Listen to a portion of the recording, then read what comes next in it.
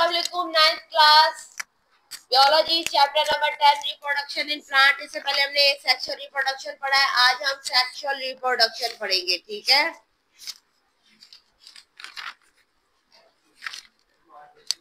Major group of plant has two type generation.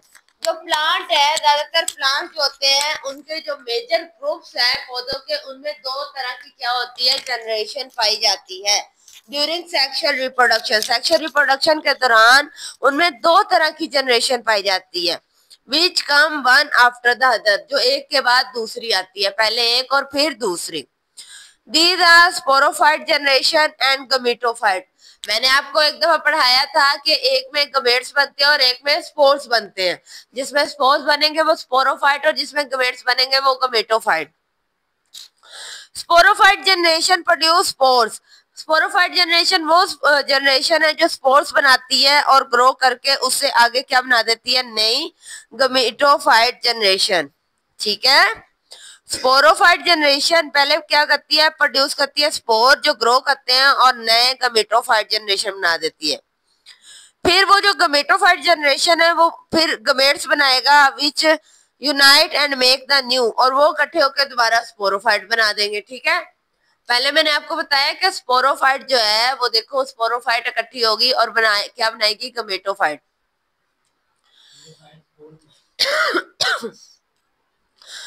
Sporophyte generation जो है spore बनाएगी जो ग्रो करके क्या बना देगी, नए गमेटोफाइट जनरेशन बनाएगी।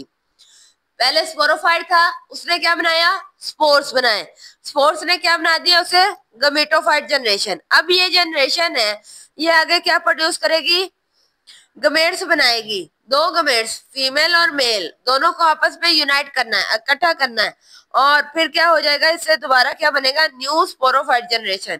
इस फिनोमेना को कहते हैं अल्टरनेशन ऑफ जनरेशन। ये डिफाइन है इसकी, इसे अंडरलाइन करें, alternation of generation. The sporophyte generation यहाँ से आएगी, the sporophyte generation produce spore, यहाँ से लेके यहाँ पूरा पैराग्राफ। ठीक है, द स्पोरोफाइट जनरेशन जी।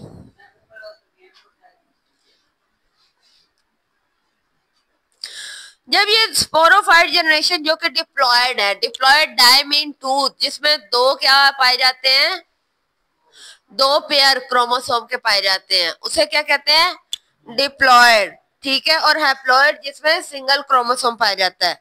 तो स्पोरोफोर की जनरेशन जो है उन्होंने कहा डिप्लॉयड है और वो आगे क्या बनाएगी, हैप्लॉयड स्पोर बनाएगी। किसके थ्रू, म्योसिस के थ्रू। म्योसिस क्या है, जिसमें एक नया सेल, रिप्रोडक्टिव सेल बनता है। आपने पढ़ा था ना, म्योसिस क्या है, एक नया रिप्रोडक्टिव सेल बनता है उसके थ्रू।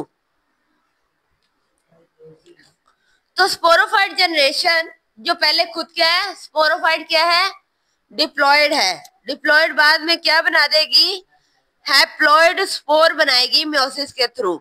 ये जो स्पोर है ये हैप्लॉयड गमेट में चेंज हो जाए, डेवलप इनटू हैप्लॉयड। ये स्पोर्स क्या है, हैप्लॉयड स्पोर थे ना, एक ही था क्रोमोसोम, अब वो उससे ही आगे क्या बना देंगे, गमेटोफाइट जनरेशन। ये जो गमेटोफाइट है ये प्रोड्यूस करेगा हैप्लॉयड जनरेशन बाय माइटोसिस, और हैप्लॉयड गमेट जो आपस में फ्यूज करेंगे, क्या बनाएंगे, डिप्लॉयड जाइगोट। हैप्लॉयड 1n और 1n दोनों क्या है, सिंगल क्रोमोसोम है, आपस में फ्यूज हुए, मैट हुए, तो क्या कर दिया, 2n बन गया। अब क्या हो गया, ये डिप्लॉयड हो गया। इसको क्या कहते हैं, जाइगोट कहते हैं। एम्ब्रियो से पहले जो डेवलपमेंट होती है उसे जाइगोट कहते हैं। which develop into next sporophyte generation, जो उसके बाद नेक्स्ट स्पोरोफाइट जनरेशन में चला जाएगा। ये टॉपिक को समझने के लिए आपको इस टेबल को याद करना जरूरी है, और ये देखने के लिए कि स्पोरोफाइट क्या है, हैप्लॉयड है या डिप्लॉयड है, और उसके बाद गमेटोफाइट क्या है, हैप्लॉयड, और उसके स्पोर्स क्या है, हैप्लॉयड। आप इस टेबल को अच्छे से याद करो, आपको पूरा टॉपिक याद हो जाएगा। जो सामने साइकिल बना हुआ है उसे, ये साइकिल को याद करो। ठीक है, अगर आप शॉर्ट क्वेश्चन में ये साइकिल ड्रा कर देते हो, आपको ये शॉर्ट क्वेश्चन आता है और आप साइकिल ड्रा कर देते हो तो भी आपको पूरे मार्क्स मिल जाएंगे, क्योंकि साइकिल में एक्सप्लेन किया हुआ है कि पहले स्पोरोफाइट जो है वो क्या बनाएगा, स्पोर बनाएगा, और स्पोर क्या होगा, हैप्लॉइड होएगा। हैप्लॉइड के बाद वो क्या बना देगा, गमेटोफाइट। गमेटोफाइट भी उससे हैप्लॉइड ही बनेगा। ये किसके थ्रू हुआ, म्योसिस के थ्रू हुआ।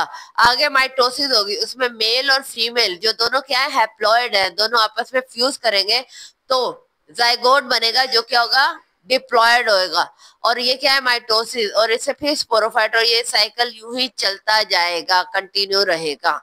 आज के लिए इतना ही काफी है। कल हम साइकिल पढ़ेंगे एंजियोस्पर्म, फ्लावरिंग प्लांट जो है उसका साइकिल पढ़ेंगे कि कैसे उसके पौधे जो है रिप्रोडक्शन करते हैं, कौन कौन से पौधे करेंगे रिप्रोडक्शन।